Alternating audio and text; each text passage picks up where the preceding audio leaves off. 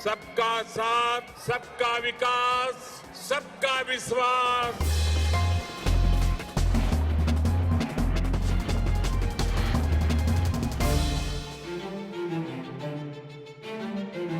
Recently at a seminar, the Prime Minister said that we need to have inclusive growth.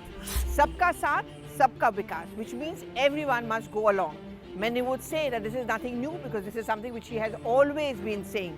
But at the BJP's national executive, the news which came out from Hyderabad was simple, that the BJP's policy now and what the Prime Minister told his party colleagues was that we have to ensure that those who have never voted for the BJP before or are reluctant about voting for the BJP should now be involved.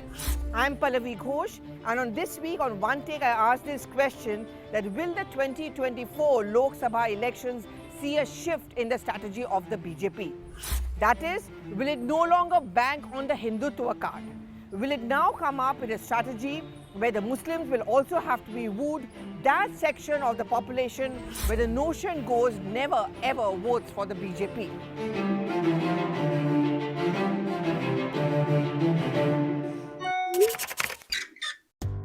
If you go through statistics and recent elections, particularly in Uttar Pradesh, you will notice that there were many parts of the state which the Muslims actually ended up voting for the BJP.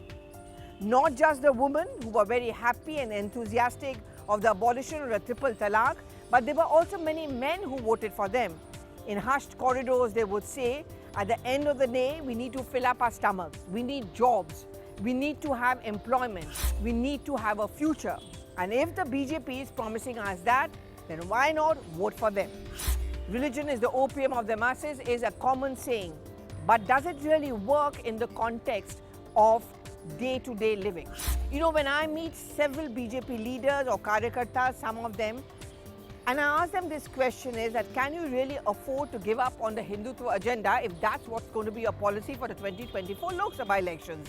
They say that as far as that card goes, as that issue goes, we have nothing to be worried about. They're quite confident because this is one vote bank which has crystallized, polarized and solidified behind the BJP. So if you notice the nuanced stand of the BJP, it is making it very clear to its traditional and conventional vote bank, which is the Hindutva vote bank, that on that ground the BJP is not going to be swayed. So you will hear the BJP often talk about the Kashi, Vishwanath, they'll talk about Vrindavan, the Prime Minister goes to Devghar, so on and so forth, Kedarnath, Badrinath. Those are the vote banks which are certainly being targeted when the Prime Minister visits these areas, talks about a development and infrastructure or a new building for these areas. As far as they are concerned, there's nothing to be worried about. In private, some of the karyakartas and workers also told me that every time an incident like the one which took place in Udaipur and Amravati, it only helps us to make forward the point of view that many of the people who belong to the Hindutva brigade or Hindus, they are under siege. It is important for the Hindus to stand up for themselves, and that's where the BJP comes in. It is not off the cuff with the Prime Minister. Recently, during an event commemorating the sadhus and the sons of Ramakrishna mission, also made a reference to Ma Kali. He talked about his visit to Belur Ghat, which is, of course, we all know, is very close to Kali Ghat, which is the epitome of the spirituality of Ma Kali in Bengal and one of the most devout and pious places of mandirs in our country. When the Prime Minister spoke about Ma Kali's relevance and importance to India's spiritual journey, he was actually giving a reply to the film which is being made and a poster which has been very provocative by Leena, and also the recent comments from the Trinamool Congress Member of Parliament, Mahua Moitro. He did not engage or did not want to engage, rather I would say, in any battle of nerves or debates and discussions on these two topics directly. But he certainly sent out the message that when it comes to India's spirituality, BJP does occupy the upper hand. And frankly speaking, if you look at the TMC's stand on the entire issue, they have distanced themselves from Mahua Moitro's comments. They have condemned it. Also issued a statement that, you know, some things are above board, and not just the TMC. Even the Congress party, for example, has made it very clear that they do not agree with the insulting of any deity. But as far as the votes on this issue is concerned, on the Hindutva issue is concerned, BJP has nothing to be worried about. At least that's what the BJP claims. So why is there a shift in strategy? That is because the BJP now and the Prime Minister now wants to cultivate a larger than life image for himself. An image which encompasses the entire population. The whole concept of Vishwaguru, the whole concept of someone who represents the entire country. That no section of the country or population is one which is going to be untouched by the BJP.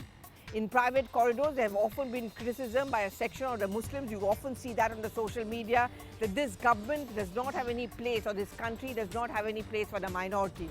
This is a perception, an argument which the BJP wants to scotch, and that's the thinking behind the Prime Minister's stand that we need to work at 2024. So while last week I spoke about those states where the BJP has either had no takers or has limited presence, it's now been focusing on them. For example, the southern states. The nomination of 4 leaders or 4 names from South India for Rajya Sabha is not a mere coincidence. Of course, it's going to give forward that argument. They are pushing for credit, merit in Rajya Sabha's representation. It's no longer going to be a place for sulking or placating netas. But the real reason also behind this was to give a sudden push to the BJP's Vision 2024. But now the BJP's big challenge is to put forward that point of view that the Muslims or the minorities also do vote for the BJP and will vote for the BJP, which is why the Pasanda Samaj, that's going to be one of the focuses of the BJP. Reach out to the Muslims, the educated, moderate Muslims. Talk about the need for jobs and education for them. When the Prime Minister recently spoke about our education system, which needs change because it's colonial in nature, he was not targeting the madrasas, about which many of the Muslims are actually touchy about. He was actually targeting the entire education system, which requires to be inclusive and modernization of education for all, in which the Muslims would also have their place. I think the fact that statistics throw up figures which show that many of the Muslims actually ended up voting for the BJP, there was a shift in some of those votes from traditional parties who have been voted by the Muslims, like the Samajwadi Party in Uttar Pradesh, or even the Congress much earlier in Uttar Pradesh. Over here, the BJP will flaunt those figures to show that how many of the minorities actually are beginning to trust. I'm not saying that it's going to be an easy one for the BJP. In the context of the controversy surrounding Zubair, in the controversy surrounding, what happened in Udaipur, in Amravati, and of course Ajmer Sharif, there is going to be the minority section and political parties who represent them make the point that as far as these minorities are concerned, there's no place for them in the context of the larger national level of politics. I think behind the closed doors, the BJP is working at them and also working on the fact that this is a party which believes in inclusivity, which actually wants to involve even the minority as much as the core Hindutva vote bank is concerned. So as far as the core Hindutva vote bank is concerned, the BJP's calculation is we have nothing to be worried about. It's this untapped population which really needs to be tapped. But it may be easier said than done. But then the BJP, at the end of the day, loves its challenges. So we'll have to wait and watch to see the results in 2024 and also, of course, in other state elections which has a sizable Muslim population. For example, the electoral results in Karnataka would be certainly very interesting, to a certain extent in Gujarat as well, on how much the BJP is able to make inroads into this section of the population. Do give in your reactions on the social media timeline.